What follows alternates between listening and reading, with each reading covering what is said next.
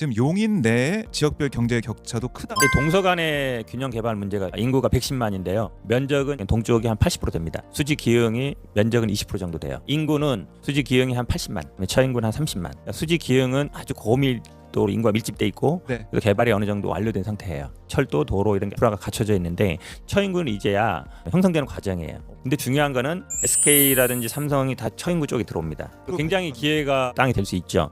용인하면 사실은 많은 분들이 많이 기억하는 게 난개발. 이 기흥하고 수지 쪽이 굉장히 난개발이 많이 됐다. 분당하고 광교랑 비교해 보면 그게 확 드러나요. 처인구 같은 경우 이제야 시작하고 있거든요. 그래서 쪼개기 개발이 제일 위험해요. 쪼개기로 하면 광역 교통 계획을 안 세워도 돼요. 그러다 보니까 조금씩 개발하는 거거든요. 한마디로 얘기하면 선계획 후개발을 해야 되는데 무분별하게 하다 보니까 그런 오류가 생겼는데요. 처인구는 그렇게 안 해야 될 것 같고요. 네. 지역별 격차 좀 해소하는 방향으로. 네네네.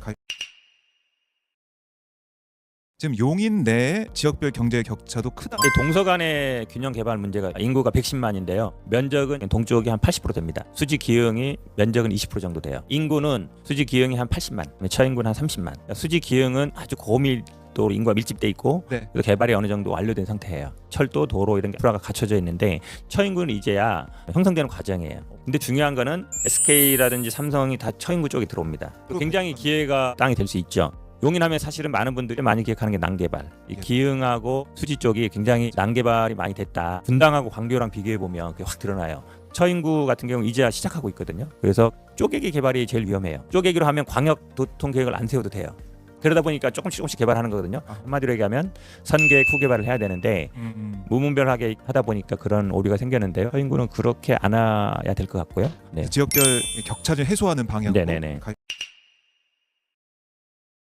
지금 용인 내 지역별 경제 격차도 크다. 동서 간의 균형 개발 문제가 인구가 110만인데요. 면적은 동쪽이 한 80% 됩니다. 수지 기흥이 면적은 20% 정도 돼요. 인구는 수지 기흥이 한 80만, 처인구는 한 30만. 수지 기흥은 아주 고밀도로 인구가 밀집돼 있고 네. 그리고 개발이 어느 정도 완료된 상태예요. 철도, 도로 이런 게 인프라가 갖춰져 있는데 처인구는 이제야 형성되는 과정이에요. 근데 중요한 거는 SK라든지 삼성이 다 처인구 쪽에 들어옵니다. 굉장히 기회가 땅이 될 수 있죠.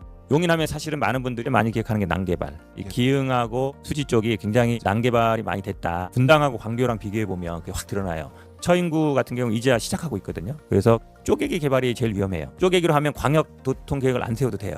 그러다 보니까 조금씩 개발하는 거거든요. 한마디로 얘기하면 선계획 후개발을 해야 되는데 무분별하게 하다 보니까 그런 오류가 생겼는데요. 처인구는 그렇게 안 해야 될 것 같고요. 네. 지역별 격차 좀 해소하는 방향으로. 네네네.